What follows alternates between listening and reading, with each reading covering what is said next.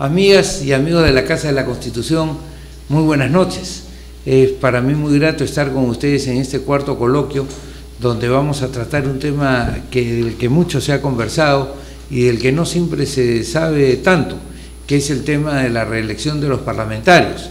Digamos, en los últimos años, más bien la posición ha sido que en tanto que no hay reelección de presidente, y eso es absolutamente correcto, en tanto que quien maneja todos los recursos de la nación puede tener la tentación de utilizarlos en su favor o en beneficio de su familia o en beneficio de sus allegados. En el caso de los parlamentarios también se ha señalado que deben de estar al margen del proceso de reelección en la medida en que digamos, lo importante es el cambio o lo importante es la renovación. Y no siempre necesariamente es así en el Parlamento. Hoy día vamos a estar con Ludwig Pulgar, del Grupo Joven de la Casa de la Constitución, con quien vamos a intercambiar algunas ideas, pero adicionalmente, como siempre, invitándolos a todos ustedes para dialogar sobre este tema de si es conveniente o no es conveniente la reelección de los parlamentarios. ¿Por qué se plantea la no reelección? ¿Cuál es la naturaleza de la no reelección? En primer lugar, la naturaleza de la no reelección está vinculada a que el poder siempre tiene que ser uno limitado en cantidad y limitado en el tiempo. La cantidad de poder que uno tiene está limitada por las normas materiales que vienen definidas en la Constitución y donde se señala con toda nitidez que el presidente puede hacer tal y cual cosa, pero no puede hacer tal y cual otra cosa, sino solamente aquellas que está autorizado a realizar. Pero también existe otro tipo de límite, por ejemplo el límite temporal, porque la persona que se mantiene mucho tiempo en el poder normalmente tiende a utilizar el poder en beneficio personal. Como decía el barón de Montesquieu, el poder absoluto, el poder corrompe y el poder absoluto corrompe absolutamente. Yo diría que también el poder eterno, el poder muy prolongado, sobre todo cuando se tiene decisión sobre los recursos y sobre, digamos, las personas mismas, tiende a, digamos, a repetir este patrón. Y por lo mismo, en el caso de quienes manejan recursos, parece natural que no exista la reelección inmediata, sobre todo en el caso de los presidentes de la República. Pero el caso es diferente en el tema del Parlamento. Y es diferente porque los parlamentarios no manejan recursos. Los parlamentarios no disponen de la bolsa, como dice, el poder de la bolsa es el poder que se le entrega, la bolsa se le entrega al Poder Ejecutivo, la decide el Poder Legislativo a través de la ley de presupuesto, pero se la entrega y la maneja el Poder Ejecutivo. Y en consecuencia, los legisladores están más bien, digamos, llamados a planificar cuál es el curso del país, cuál es la tarea de la legislación. La legislación no es otra cosa que pensar el país o la nación a largo plazo, es decir, qué cosa es lo que yo quiero que pase en el futuro en mi nación, o en el caso de los gobernadores regionales y de los gobiernos regionales, qué cosa es lo que quiero yo que pase en esta región en el futuro y cómo quiero que se comporte la gente que efectivamente vive en esta sociedad, de qué manera.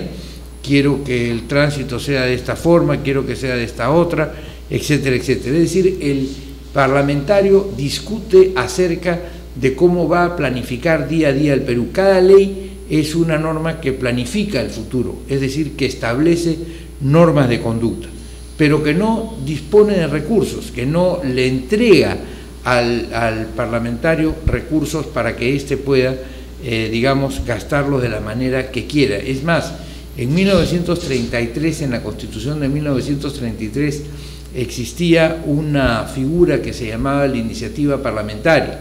La iniciativa parlamentaria era una cantidad que se le entregaba a los diputados y a los senadores de la época para que ellos hicieran la obra que quisieran en el lugar de donde provenían.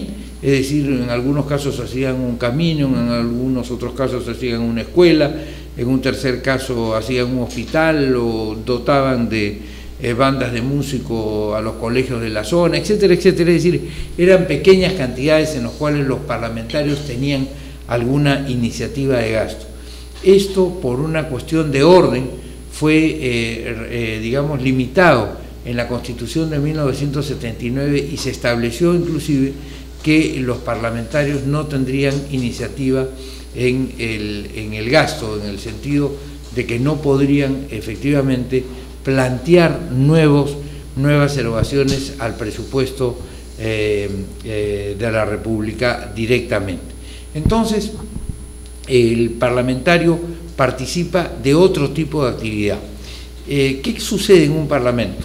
Un parlamento es una asamblea en donde se reúnen pues un conjunto de personas que tienen que tener determinadas reglas para poder debatir entre ellos, para poder intercambiar entre ellos posiciones, para poder entre ellos decidir, discutir, llevar en orden el debate de tal manera que sea productivo para el país. El Parlamento tiene reglas muy específicas que están señaladas en el reglamento del Congreso, en el reglamento de la Cámara de Diputados, en el reglamento de la Cámara de Senadores, y que definen cuánto tiempo habla cada parlamentario, de qué manera se tienen que dirigir unos a otros para que no se sientan, digamos, lesionados por la posición de unos terceros, en fin, de qué manera se presentan los proyectos de ley, cuántas firmas tienen que tener los proyectos de ley para presentarse al Pleno del Congreso, qué se hace con los proyectos que son presentados por la sociedad, como en el caso de nuestro proyecto respecto al cambio de la Constitución que hemos presentado con más de 60.000 firmas contadas y con 105.000 firmas presentadas, y que en este momento el Congreso, no obstante la carta que le hemos enviado ya no solo al presidente de la Comisión de Constitución, el congresista Ayata, sino también a la presidenta del Congreso, doña Ana María Solórzano, no hacen absolutamente nada para cumplir con una promesa que el partido al cual ellos pertenecen hizo en el año 2011 cuando la campaña electoral. Todos recordarán que Humala incluso jura por los valores y los principios de la Constitución de 1979. Pero en fin, los parlamentos requieren de una combinación de gente de experiencia con una novedad. Si bien es cierto, no debe de producirse una suerte de estancamiento en la composición del Congreso, también es verdad que es necesario que exista en esta Cámara o en las cámaras gente que tiene experiencia en el manejo y que en consecuencia puede enseñarle a los demás cómo hacer para que ese Parlamento sea fructífero, y estos que aprenden a su vez irán luego enseñándole a las próximas generaciones. Se ha dicho que a través de la renovación de los parlamentarios, de la no reelección de los parlamentarios, efectivamente el Congreso podría ser mejor. Yo discrepo de eso. Yo discrepo de eso porque creo que el Parlamento necesita de esta combinación, pero tiene que ser una combinación virtuosa, tiene que ser una circunstancia en la cual quienes efectivamente vayan a la reelección sean seleccionados por su partido para ir en la lista parlamentaria, y que normalmente lo van a hacer como consecuencia de su experiencia y de su capacidad como parlamentarios. Es decir, yo he tenido la fortuna cuando fui diputado de ser compañero de Roberto Ramírez del Villar, de bancada, de Celso Sotomarino, de Enrique Elías, pero sobre todo de Sotomarino y de Ramírez del Villar, que eran parlamentarios ya con bastante experiencia, especialmente Ramírez del Villar, que me enseñó mucho del teje y maneje de la Cámara y que efectivamente nos permitió poder hacer una tarea en beneficio del país en aquellos años, y no solamente participar en el proceso de discusión de leyes, sino también participar en lo que se llaman los debates relativos o atinentes a la dirección política del país, porque los temas políticos se tienen que discutir en el Congreso. Hoy día casi no se discuten realmente temas políticos, casi lo que vemos son dime que te diré y una cantidad de insultos que se endilgan unos a otros y que al final de cuentas no tienen desde ninguna perspectiva, ninguna posibilidad de enseñarle nada a la población. Se ha señalado que podría irse a lo que se ha denominado la renovación por tercios, es decir, el cambio del Parlamento por tercios. Esto es una mala copia de lo que sucede en el Senado de los Estados Unidos. En los Estados Unidos, la Cámara de Representantes, que viene a ser nuestra Cámara de Diputados, se elige cada 2 años y se cambia toda la Cámara cada 2 años. Y sin embargo, los parlamentarios pueden ir indefinidamente a la reelección. Hay representantes que tienen 10, 12, 14 mandatos y en esos 10, 12, 14 mandatos, van adquiriendo distintas especialidades y procurando una mejor manera de acompañar a los otros poderes del Estado en conducir bien a esa nación. Pero en el Senado, el término de duración del Senado no es de 2 años, sino es de 6 años. Y en consecuencia la renovación del Senado no se hace toda junta, sino se hace por tercios. Es decir, se escogió originalmente un tercio de senadores, ese tercio de senadores duró 2 años, un segundo tercio de senadores duró 4 años y el tercer tercio de senadores terminó el mandato que comenzó, por decir, en 1980, en 1986, o en el año 2000, en el 2006, o en el año 2010, en el 2016. Supongamos que todos hubieran comenzado su mandato en el año 2010. El primer tercio terminaba en el 2012 y tenía que ser renovado. El segundo tenía que ser renovado en el 2014 y el tercero en el 2016. Pero a partir de ese momento, el mandato de todos los senadores siempre es de 6 años, solo que comienzan en distintos instantes. Unos van desde el 2010 al 2016, los otros del 2012 al 2018 y los otros del 2014 al 2020. Y los que salgan en el 2020 elegidos van a hacerlo hasta el 2026. Entonces lo que tenemos son parlamentarios que completan un ciclo que tiene que ser suficiente para poder efectivamente expresar una posición legislativa y tener tiempo de cumplir con las promesas o con las ofertas que los parlamentarios le hicieron a la población en su campaña, porque gran parte del desencanto del país radica o se basa en que la gente que es elegida luego no tiene cómo o no cumple con sus promesas, es decir, podría ser incluso que cumpliera en la medida en que presentara determinados proyectos de ley o apoyara determinadas causas, pero tampoco se ve que eso hagan y, como hablábamos en el coloquio anterior, a veces los medios de prensa cortan este circuito virtuoso del elector elegido e impiden incluso a los que sí tienen alguna vocación de cumplir con aquello que prometieron, que le puedan transmitir a la población, en qué cosa es que han invertido el voto que recibieron de parte de la ciudadanía. Entonces, la renovación por tercios no quiere decir que se vayan los más malos. Hay quienes piensan que los peores son los que tienen que irse. Primero, ¿quién escoge cuáles son los que se tienen que ir? O sea, ¿cómo escogemos a los que se tienen que ir? Algunos dicen que se vayan los que tuvieron menos votos preferenciales, porcentualmente en relación a la circunscripción a la cual pertenecen. Ese podría ser un camino, podría ser los primeros que se vayan, pero luego los que salgan elegidos, como digo, en esa elección tendrán que tener un mandato por el término completo. Entonces estaríamos hablando de un remedio solo para dos partes de un periodo y luego seguiríamos con la misma circunstancia. La renovación por tercios no cumple esa tarea de votar a los peores, vamos a decir de alguna manera, o a los que alguna parte de la sociedad percibe como los peores. Ahora, ¿cuál parte de la sociedad percibe como los peores?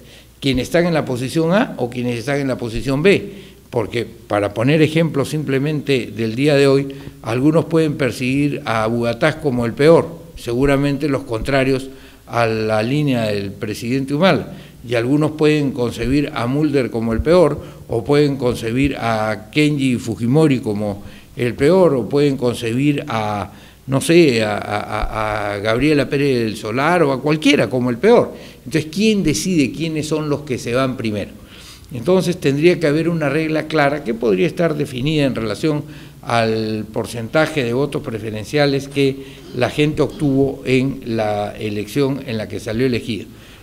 Por otro lado, renovación por tercios en el Congreso implicaría que tendría que haber elecciones en momentos distintos a aquellos en los cuales se desarrolla la elección presidencial. La elección presidencial en los Estados Unidos se desarrolla cada 4 años y cada 4 años, digamos, en el año 2, en el año 4 y en el año 6 va a haber elecciones para 1/3 del Senado, para presidente de la República y para la renovación de todo el Congreso, porque todo el Congreso de la Unión se renueva cada 2 años, como hemos dicho. Entonces no sirve para eso. ¿Para qué sirve entonces la renovación por partes del Congreso? La renovación por parte del Congreso sirve para que la legislación no sea absolutamente distinta de un momento a otro. Cuando se cambia totalmente el Congreso, sale una mayoría, como hemos visto en el Perú, y entra una mayoría de signo normalmente diferente, y no solo normalmente diferente, sino normalmente totalmente diferente. Entonces, veamos la historia del Perú. Cuando sale Toledo de la presidencia de la República, entra a gobernar Alan García. Toledo se quedó con 4 parlamentarios solamente, o con 2 parlamentarios, si no me equivoco, Bruce y Weisman. Entonces, todo el Congreso prácticamente era un Congreso que respondía a otro criterio y en consecuencia no hubo acomodo de los criterios que hubiera podido permitir que el Perú vaya acomodando sus leyes sin entrar en momentos traumáticos. Cuando García sale del poder en el año 2011, ingresa el presidente Humala y el partido aprista, que había tenido la mayoría hasta ese momento, solo reelige a 4 de los 120 parlamentarios, o 130, no sé si ya se había cambiado en ese momento. Ya se había cambiado en ese momento el texto del 93. Entonces, 4 de 130 es menos del 3%, o con ajustes, el 3% de los parlamentarios. Como ustedes comprenden, el sentido de las normas cambia abruptamente. Cuando el Parlamento se renueva por partes, va acompañándose el cambio, porque en el proceso político o el que está al frente del régimen, el partido que está al régimen, empeora, y en consecuencia la representación que tiene es cada vez menor en la sociedad, no obstante sigue siendo igual en el Congreso de la República. Si se eligieron 47 diputados, por ejemplo, acompañando a Humala, con el decrecimiento que representaban a un porcentaje X de la población, con el decrecimiento de su aprobación, posiblemente si hoy hubiera elecciones no sacaría 47, sino sacaría 30 y posiblemente en 2 años más 15. Entonces, ¿qué es lo que hace la elección por partes? Va acomodando el sistema y van entrando los grupos que van adquiriendo mayor protagonismo, de tal manera que la legislación no tiene cambios traumáticos, sino que va siendo paulatino. Ese es el sentido del proceso de la reelección parcial del Parlamento, no es otro, no es el sentido de vamos a sacar a los malos, sino porque además, como hemos dicho, nadie sabe quiénes van a ser los malos. El sentido es, por el contrario, permitir establecer que haya una suerte de acomodo de la legislación de tal forma que no haya cambios abruptos y que se vayan registrando las modificaciones, no obstante que siga estando el mismo presidente en la cabeza del Ejecutivo, como pasa en el Senado de los Estados Unidos. A veces hay un modo republicano y los republicanos en la mitad del mandato obtienen una mayoría y el presidente, que antes tenía mayoría, tiene que gobernar con una minoría en el Congreso. ¿Por qué? Porque sus políticas iniciales no fueron acompañadas por el país las recusó y en consecuencia, cuando hubo la oportunidad de expresar de un modo distinto su posición, lo hizo y lo dejó sin la mayoría. O podría ser al revés, que sus políticas son tan exitosas que el pueblo que no votó por él, en la mitad del gobierno dice, no, hay que apoyar a este presidente y hay que permitirle que siga haciendo sus cosas, y en consecuencia votan en un mayor número, y eso hace que él tenga una mejor mayoría y que pueda incluso entrar a hacer algunas reformas un poco más audaces. Entonces, este es el sentido de lo que se llama la renovación. La renovación en el Perú yo creo que debe plantearse de una forma distinta. Yo creo que en el Perú deberíamos de hacer que los partidos políticos que han sacado 10, los partidos políticos que han sacado 10, por ejemplo, un partido que haya sacado 10 congresistas, en la próxima, están llegando las preguntas de los amigos del interior, muchas gracias por vernos, ahora vamos a darle respuesta a ellos. Las preguntas, decíamos nosotros que, me distraje un poquito la verdad del tema, pero cuando nosotros hacemos esta votación, el presidente puede efectivamente subir su porcentaje y hacer normas más audaces que no venía realizando, que no venía haciendo en la primera parte, porque le faltaba la mayoría requerida de respaldo de la población. Yo decía que una fórmula podría ser la siguiente. Por ejemplo, si un partido sacó 10 parlamentarios en el año 2011, solo puede presentar a la reelección en el año 2016 a 5 de estas personas. Si un partido sacó 20 parlamentarios, solo puede presentar a la reelección 10 de esas 20 personas. Si un partido sacó 4, solo puede presentar a 2. ¿Y qué cosa se consigue con esto? Se consigue que los mejores puedan volver a ser elegidos. Esto no quiere decir que de los 10 que tenían salgan 5, y justamente esos 5. Podrían salir otros 5, porque la lista va a ser 130. Sin embargo, de esos 130 solo irán a la reelección por ese partido, ya no los 10 que tenía en ese momento, sino 5. En consecuencia, de todas maneras, o posiblemente 5 vayan a ser distintos, e incluso estos 5 que van a la reelección podrían no ser reelegidos por el pueblo.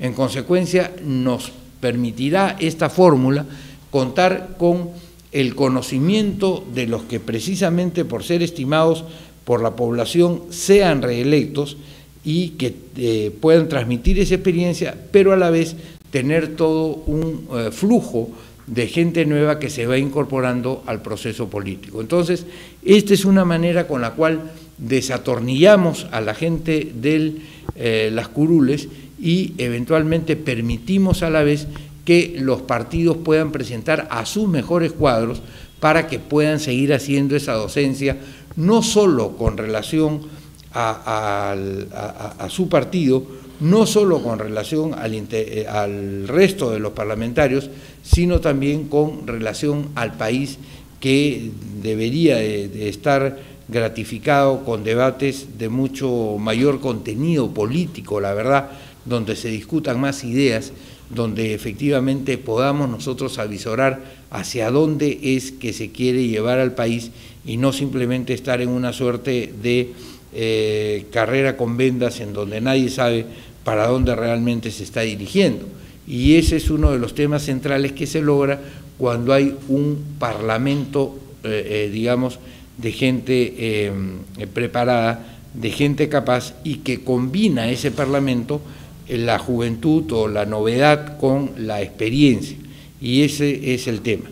Cuando hay un parlamento bicameral, normalmente, y esto lo podremos tocar en otra oportunidad, podemos tocar el tema de la bicameralidad, el Parlamento, en el Senado se reúnen los dirigentes políticos de mayor rango nacional, y eso le permite a la comunidad que esos debates sean debates de bastante más perspectiva que los que se llevan a cabo en la Cámara de Diputados.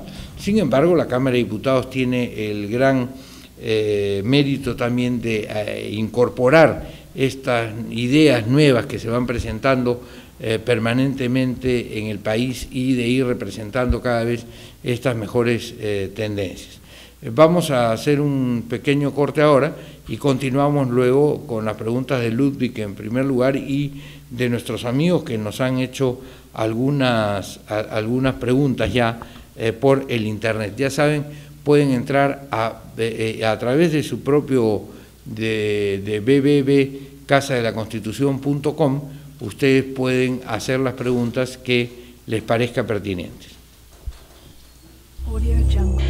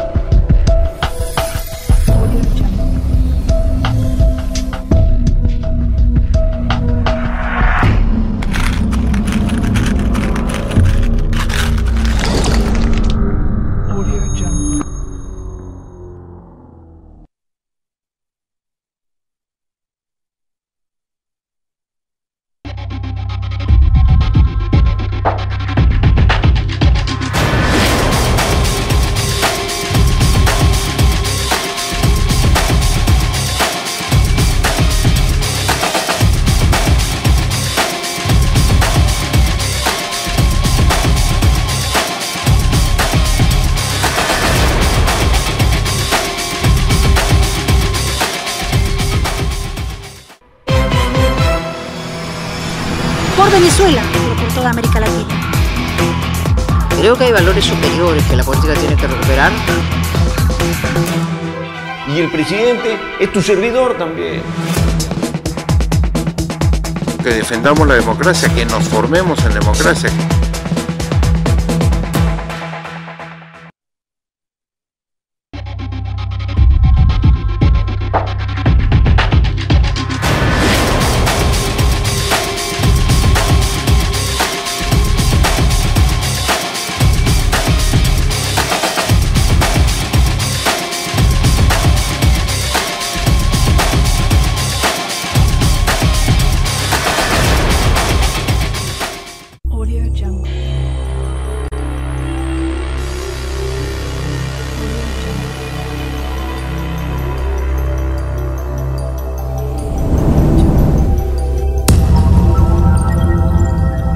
Audio Jungle.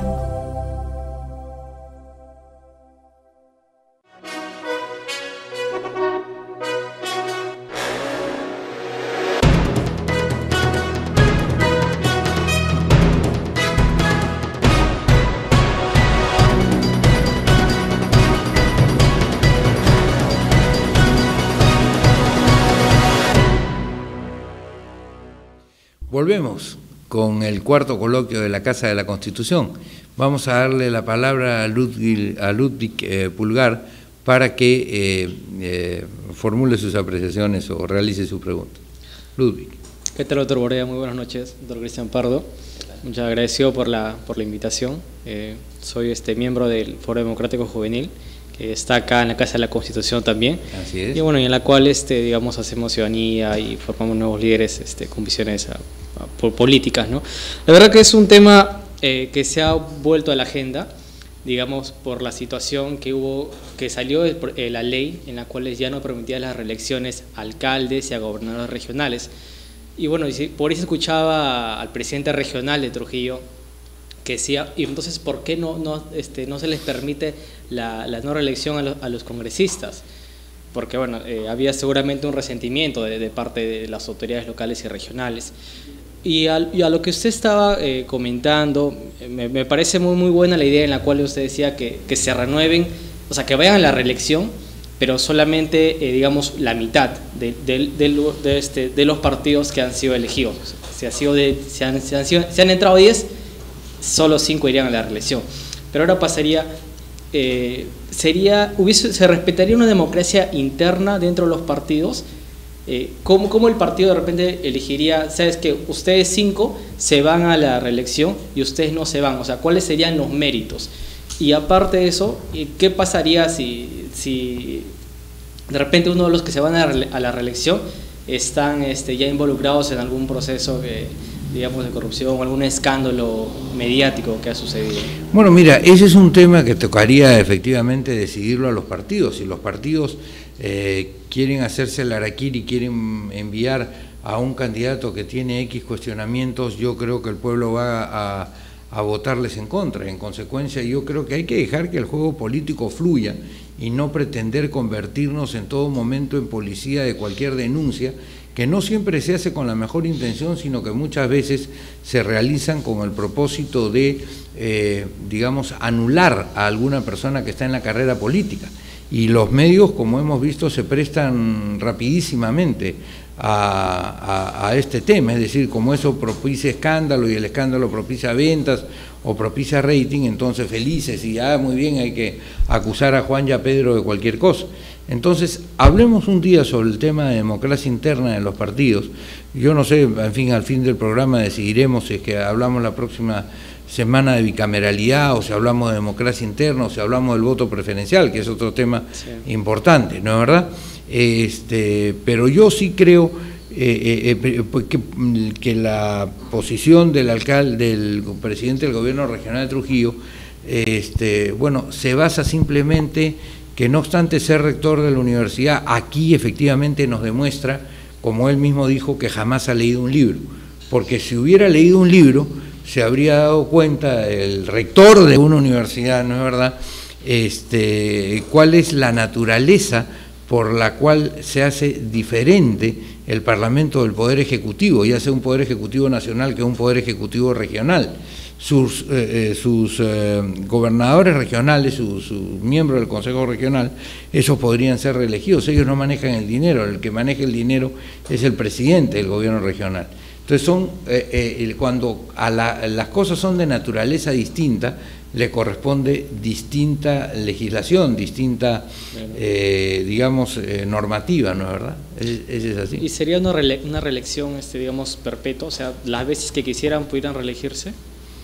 ¿Quién? ¿Los parlamentarios? Los parlamentarios. No, yo creo que en la medida, mira, ya le estás poniendo un filtro inmenso, porque si tú, supongamos que este partido sacó 20 y después va a mandar solo 10 a la reelección, lo más probable es que esos 10 que vayan a la reelección salgan elegidos 5 o 6, y entonces en el próximo periodo otra vez se vuelven a filtrar, porque además van a tener que participar junto con los otros que ya han sido elegidos esa vez en la cual ellos fueron reelegidos, y entonces, digamos, vas a tener una constante comparación que es importante. Yo no creo que en el caso del Parlamento haya que ponerle límite a la reelección siempre que sea con estos parámetros, ¿no es verdad? Porque eso permite que si hay uno pues que destaca inmensamente, creo que para el Perú es bueno que esté en el Congreso y que siga estando en el Congreso. Normalmente un parlamentario que es honrado y que se sabe que es honrado, que además es trabajador, que tiene buenas ideas, que participa en los debates políticos con acuciosidad y además con sabiduría, es apreciado por el país, ¿no? El país lo reconoce, lo premia. Entonces no veo por qué en el caso de un puesto donde no se maneja dineros, tú vayas a un proceso de no reelección. Aparte sabiendo de que no se reelige en gran medida, no es mínima la reelección. Es mínima la reelección, claro. Y claro, y es más mínima todavía cuando tú vas como lo vamos a ver cuando vayamos de senadores a diputados, o de diputados a senadores, ¿no? Casi nunca ha habido el camino al revés, sino los diputados normalmente han pretendido ser senadores. En el año 90, cuando yo me presenté al Senado de la República, se presentaron aproximadamente 23 de quienes éramos diputados al Senado de la República como candidatos. De esos 23 solo salimos 4 electos senadores, ¿no? Barba, Mercedes Cabanillas, yo, y no me acuerdo quién fue el cuarto que fue elegido senador. O sea, no es tan fácil la reelección, ¿eh? O sea, la gente distingue, la gente toma en cuenta cuál ha sido la performance, la actitud, el desempeño de las personas, ¿no? A ver, Janet de Barranco me pregunta, ¿qué gana el Congreso con la bicameralidad? Janet, yo creo que este es un tema tan importante y además tan largo que da lugar a que hagamos un coloquio especial sobre eso. Y eventualmente podríamos tocar el próximo programa la bicameralidad, ya que viene planteada por una televidente, ¿no? Y quiero invitarte a que vengas a la Casa de la Constitución ese día, el próximo martes a las 8 de la noche, para que efectivamente estés presente y puedas, así como está ahorita Ludwig haciendo las preguntas y seguramente Cristian, que sigue con su programa después que termine pues participar en haciendo tú también las preguntas que creas sobre el tema de la bicameralidad. Yo estoy absolutamente convencido que la bicameralidad es muy buena para el país y que todos los argumentos que se dan en contra de la bicameralidad son realmente deleznables. Mira, si el Parlamento fuera bueno, nadie hablaría de la bicameralidad, pero esta unicameralidad ha resultado siendo tan mala que hay una suerte de repudio a la institución del Congreso y bueno, probemos otra vez con la bicameralidad, además con una bicameralidad de características distintas, es decir, lo que vamos a ver en el próximo programa, no un bicameralismo simétrico en el que las dos cámaras tengan las mismas potestades, sino un bicameralismo asimétrico que haga que efectivamente cada cámara tenga algunas no, sino distintas capacidades y que se complementen y que efectivamente la Cámara de Senadores sea lo que se denomina la Cámara de Reflexión.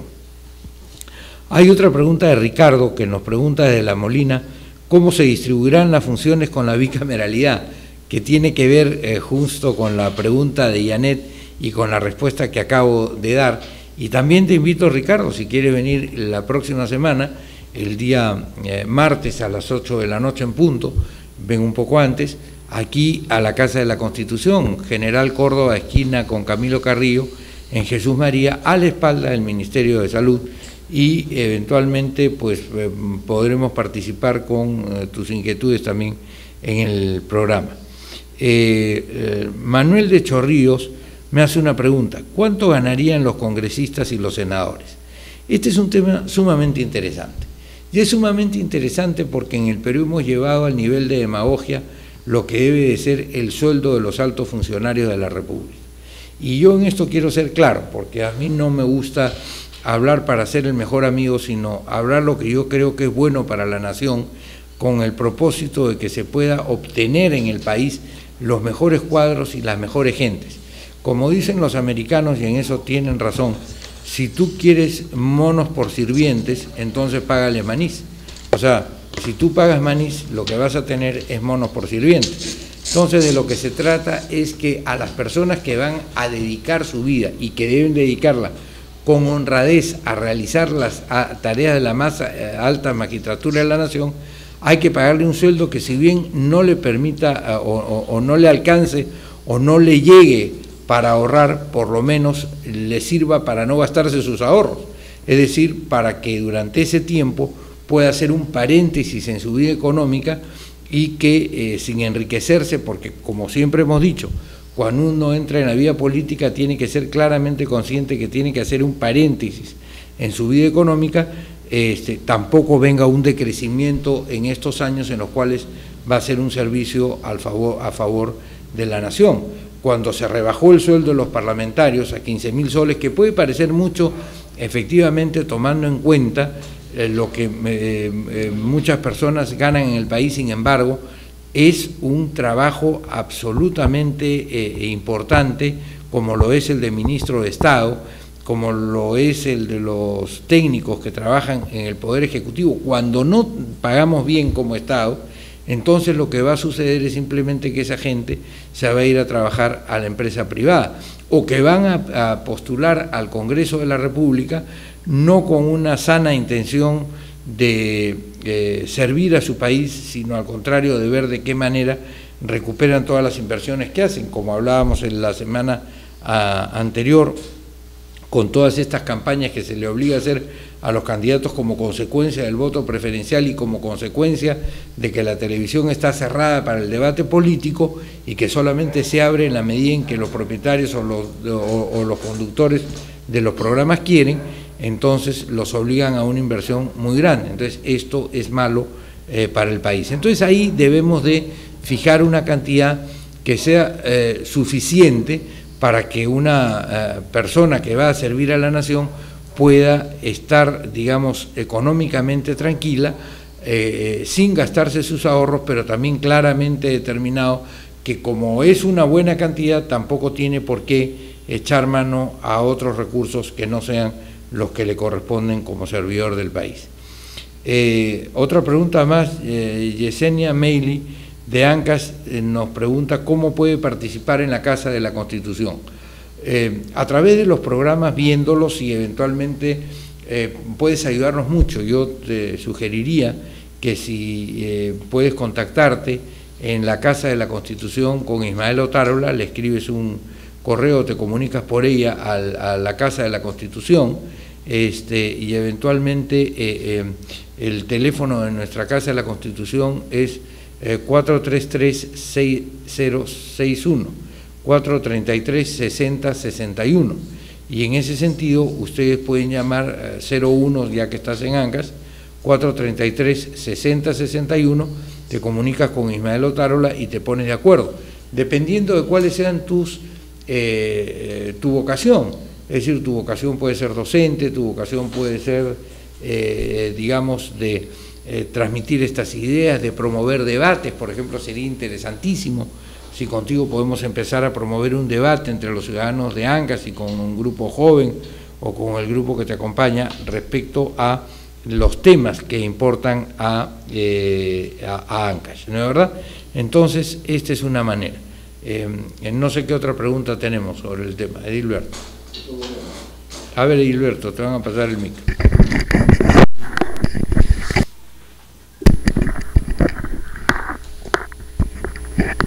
Doctor Breda, buenas noches. ¿Qué tal? Volviendo al tema de los sueldos, ¿qué tan sensible? Podríamos decir más bien que la población, la ciudadanía, no cuestionaría tanto el tema de los sueldos si eso reflejaría realmente una producción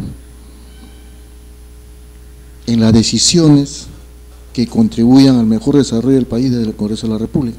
Claro, sí. Pero cuando la ciudadanía ve que invierte 14.000 soles por un congresista y lo ve durmiendo, sin ninguna producción que se refleje, o lo ve proponiendo leyes como la celebración del día del pato, el pollo a la brasa, y leyes pues que son una ridiculez, ¿no? Es ahí donde se refleja el problema, porque el tema del sueldo va por ese lado. Es un círculo vicioso, Edilberto, porque digamos, tienes a quienes promueven la ley del pato cuando la gente de mayor pensamiento dice, yo no puedo ir, si tú eres un profesional, digamos, regular, y ganas una cantidad de 25.000 soles, 20.000 soles, 30.000 soles, y te dicen vas a ir al Congreso a ganar 15.000 soles, tú tienes que decir dos cosas. Primero, puedo vivir con 15.000 soles, tengo una familia que mantener, la tengo en tales colegios, están en tal universidad, tengo que pagar tanto de casa, etcétera, etcétera. Ok, ¿la puedo mantener con 15.000 soles o no? Y si no la puedes mantener con 15.000 soles, mejor no vayas al Congreso, porque si vas al Congreso y no vas a poder atender tus gastos con tu sueldo, lo que vas a terminar haciendo es cutrear, pues, esa es la verdad.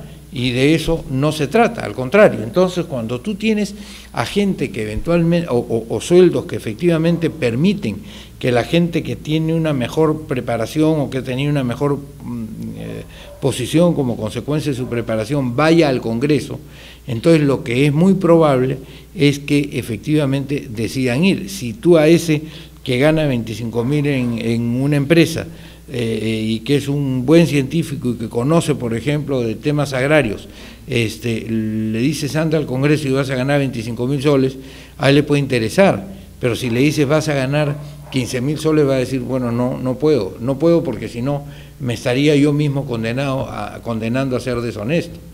Sí, claro. La última pregunta. Se ha comentado que en estos días se está debatiendo la modificación del Código Penal en el Congreso de la República. Pucha, hay que tener... Nadie lo conocemos, doctor. No, o sea, no sabemos nada, no sabemos quiénes son los sabios, los científicos, los Illuminati que están proponiendo, que están trabajando el nuevo Código Penal. Es decir, sí. ¿Dónde estamos, doctor? Es muy peligroso eso, es muy peligroso. Justamente ayer o antier leía un libro que se llama de los derechos y de las garantías, ¿no? Escrito por un profesor italiano muy famoso que se llama Luigi Ferraioli, donde dice precisamente que estamos en una situación tal en que hay una suerte de populismo legislativo en donde simplemente se aumentan las penas y se disminuye, por ejemplo, garantías a los procesados, y eso va exactamente en contra de la persona humana y de la defensa de los derechos para los cuales, digamos, se ha creado o se ha generado eventualmente el Código Penal, ¿te das cuenta? Entonces, tenía una cita de Ferraioli que eventualmente vamos a empezar a poner citas todos los días, nuevamente una cita en la Casa de la Constitución, en nuestro portal de la Casa de la Constitución, sobre distintos temas que vamos leyendo los que estamos encargados de la conducción de la Casa de la Constitución, ¿no?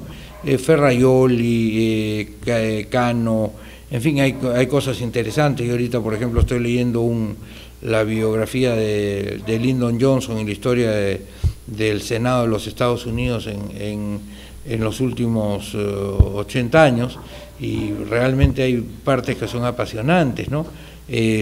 O un libro sobre los derechos humanos y sobre la naturaleza de los derechos humanos. Entonces hay siempre frases que creo que es bueno compartir con los amigos de la Casa de la Constitución, y voy a tratar de darme el trabajo de, a partir del lunes o martes próximo, tener todos los días una frase que podamos tener en el portal de la Casa de la Constitución para leer eso. Pero hay que tener mucho cuidado con esa suerte de demagogia que se da en el tema del derecho penal. Ya lo ha anunciado Ferraioli y espero que no se llegue a los excesos. Es más, mira lo que te dice Ferraioli. Ferraioli te dice, en muchos casos, y en este es un tema que de alguna manera tocó Jiménez Mayor cuando era ministro, digamos, hay que tener claras cuáles son las estadísticas de criminalidad en un país. En Italia, cuando se acercan las elecciones, los grupos más conservadores, lo que podríamos denominar los grupos de derecha, empiezan por los canales a pasar un asesinato, dos hechos de violencia. Pero Italia tiene posiblemente una de las tasas más bajas de criminalidad que hay en el mundo, es similar a los países de la Unión Europea, ¿no es verdad? Sin embargo, como tú lo presentas en la televisión, la gente se siente que posiblemente es pasible de eso, ¿no es verdad? Entonces, ¿qué consigues con eso? Consigues que la gente se enerve y termine votando por los que ofrecen, digamos, normas más represoras. Ya, cuando pasa la elección, se acaban los asesinatos y ya no vuelven a salir en la televisión. Voy a poner esa frase en la página de la Casa de la Constitución para que ustedes la vayan leyendo y la vayan analizando, ¿no? Doctor Guardia, discúlpeme, buenas noches. Respecto a los jóvenes, la Constitución, el Congreso actual tiene indica que dentro de sus características, para ser congresistas tienen que ser 25 años, que actualmente no se cumple. A medida que los congresistas actuales son de 40 años para arriba, aproximadamente. No, sí se cumple. No, o sea, se cumple, pero en la realidad no hay ningún congresista que tenga 25 años, 30 años. Hay candidatos, pero dentro del sistema no hay. Sí. Dentro del Congreso no hay. Sí. La pregunta era, dentro del cambio de la reelección, ¿podría darse el problema o la dificultad de que se puedan ingresar jóvenes hay más posibilidades que ingresen jóvenes cuando tú haces un sistema de reelección como el que yo he propuesto. Exacto. O proponer dentro de la reelección que hay un cupo. No, yo te quiero decir con toda franqueza, porque ya te digo, y aquí mis amigos de la Casa de la Constitución saben, yo con la demagogia no tengo nada que ver. Yo no creo en los cupos. No, yo digo ni en los porcentajes. cupos juveniles, ni en los cupos de autóctonos, ni en los cupos femeninos. Yo creo que la gente va desarrollándose conforme a su capacidad. Podría haber un parlamento donde todas fueran mujeres, me parecería magnífico, o donde todos fueran jóvenes, me parecería magnífico. Pero eso lo demuestran en su acercamiento al pueblo, vamos a decir, ¿no? Ahora, para ser diputado tú tienes que tener 25 años cumplidos, ¿no es verdad? No sé si habrá alguno que tenga menos de 30 en este momento en el Congreso, no estoy seguro, no sé quién fue, Sergio Tejada no creo que haya sido tampoco el más joven.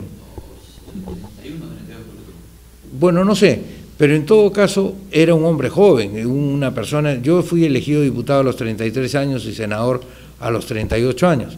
Para ser senador tú necesitabas tener 35 años de edad. Barba, yo, Breña, hemos sido los senadores más jóvenes posiblemente de la República. Lo importante ahí es que la edad mínima te garantiza un nivel de discernimiento. Para eso es la edad mínima. Ahora, si salen de más edad, eso depende pues de la población, ¿no? La población vota por uno y no vota por otro, ¿no? En ese sentido está bien mi pregunta, si puede haber algún tipo de porcentaje dentro de la reelección de esa propuesta que usted realiza. No creo, yo no creo. Yo creo que los jóvenes tienen que prepararse y tienen que demostrar que son buenos, son mejores. Barba, yo salimos elegidos diputados muy jóvenes. Sumaeta salió diputado muy joven. O sea, la gente tiene que demostrar también, no basta con ser joven para ser bueno. No, claro que sí. O sea, hay que prepararse, y hay que prepararse desde muchachos, ¿no es verdad? Nosotros tuvimos, por cierto, la fortuna de estar bajo, digamos, la tutela de Haya de la Torre, y en consecuencia nos preparó personalmente, como hoy día en la Casa de la Constitución tratamos con el foro juvenil, con los programas que hacemos de preparar a los jóvenes para que efectivamente puedan plantear cosas que sean razonables y que le suenen razonables a la población, y no por eso dejar de ser audaces, ¿no?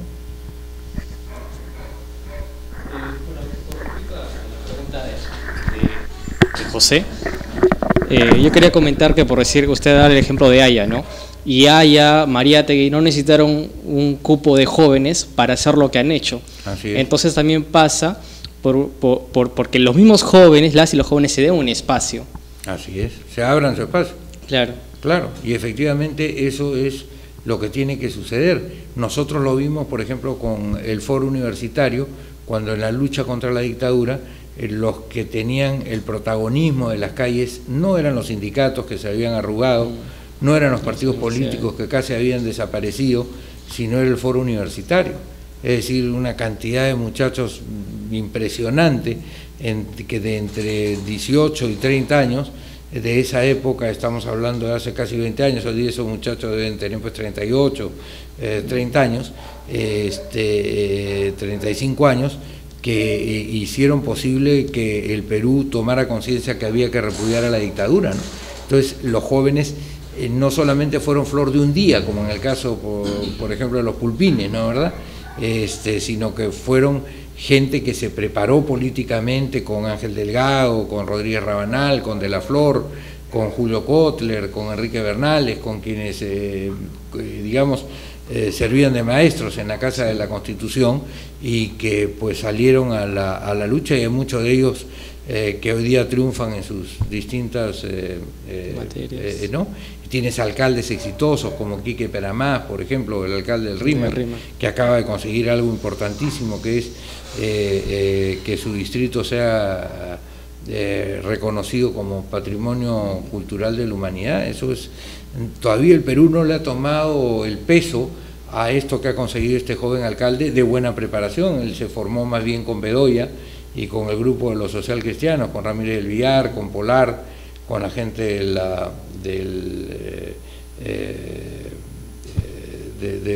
la Fundación Adenauer, que ayudaba mucho a ese partido, ¿no? Bien. Cristian. Para luego hablar del tema de la reelección, bueno, yo soy de los que sí creen las cuotas, porque fui uno de los que inició el tema del diezmo juvenil, sino que fue un momento histórico distinto al que se vive ahora, porque recordarás tú que en la época en la que tú apareces en la política, evidentemente salíamos de una dictadura militar y existían muchas ganas de hacer activismo político, como que también fue la generación que yo salgo y que fui teniente alcalde incluso sin cuota electoral, y que curiosamente uno se pone a reflexionar, si yo pude ser teniente alcalde con 25 años, ¿por qué razón los otros no pueden serlo? Lo que sucede es que los partidos políticos de esta época, a diferencia del anterior, son gerontocráticos. ¿Qué significa? Que el control, así como están las cosas, lo manejan siempre los mismos. Entonces, en ese momento propusimos una cuota para jóvenes, que es el único lugar en el mundo que existe en el Perú, nada más, dicho sea de paso. Sin embargo, hubo un efecto directo, que se incrementó a un 100% la presencia de jóvenes. Quiere decir que en su momento histórico sí sirvió, porque ahorita tenemos más de 1.800 autoridades jóvenes en el país que están tomando decisiones, ¿eh? Y eso es necesario que se evalúe y se meditúe políticamente y académicamente también, ¿no? Incluso mi tesis de maestría trata sobre eso. Muy bien, ¿no? Ahí hay una discrepancia, porque el hecho de que haya 1.800 autoridades jóvenes no quiere decir que las decisiones sean mejores, quiere decir que son tomadas por jóvenes nomás.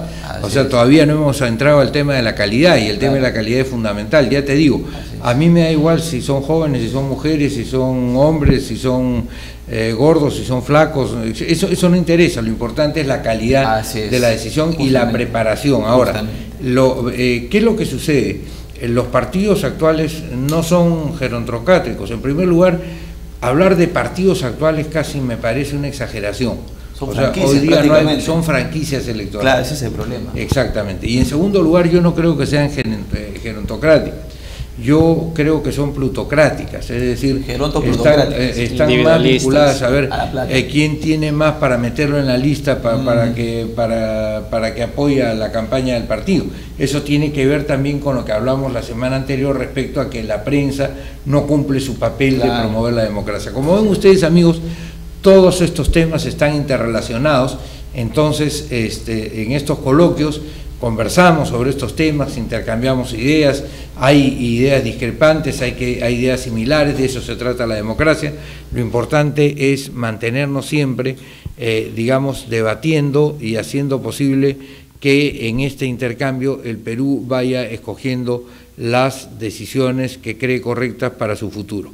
Yo quiero agradecerles a ustedes el habernos acompañado esta noche en el cuarto coloquio, y como estamos quedando con ustedes, el quinto coloquio se lo vamos a dedicar a la bicameralidad, que es un tema central, así que están invitados, y especialmente están invitados a venir a la Casa de la Constitución Ricardo de la Molina y Janet de Barranco, quienes nos han preguntado hoy sobre este tema. Las demás preguntas las trataremos de contestar por el internet en el curso de la semana.